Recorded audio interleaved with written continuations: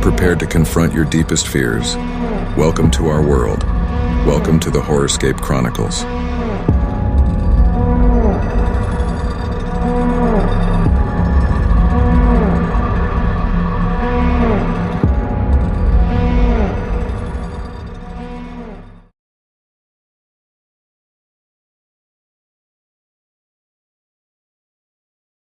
पाकिस्तान के पंजाब प्रांत के एक छोटे से गांव में एक पुरानी हवेली थी जिसे लोग शापित हवेली के नाम से जानते थे।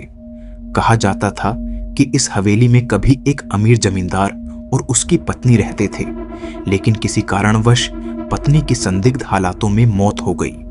लोग मानते थे कि उसकी आत्मा आज भी उस हवेली में भटक रही है।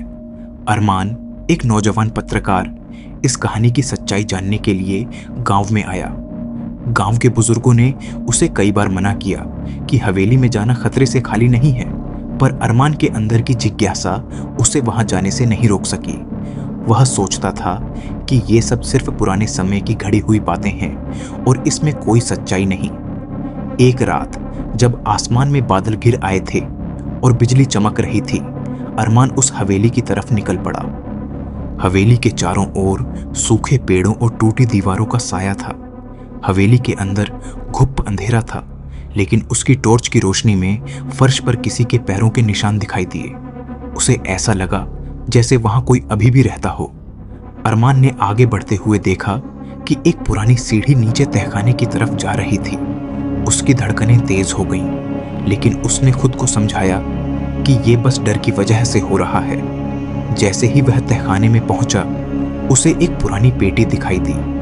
पेटी पर धूल की मोटी परत चढ़ी थी, लेकिन वह खोलने के काबिल थी।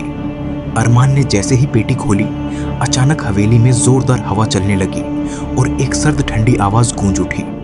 उसकी टॉर्च बंद हो गई और चारों तरफ अंधेरा छा गया।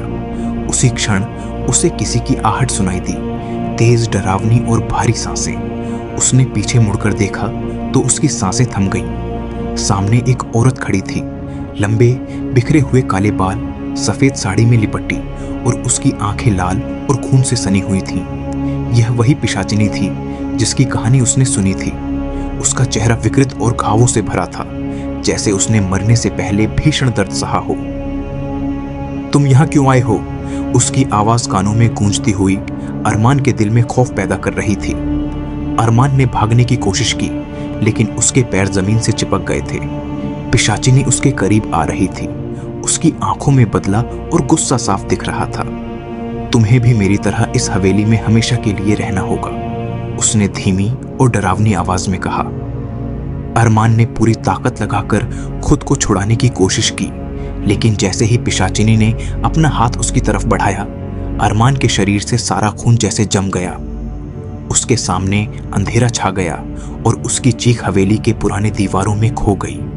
अगले दिन गांव वालों ने अरमान की खोज की, लेकिन उसे और उसके कैमरे को कोई नहीं ढूंढ पाया।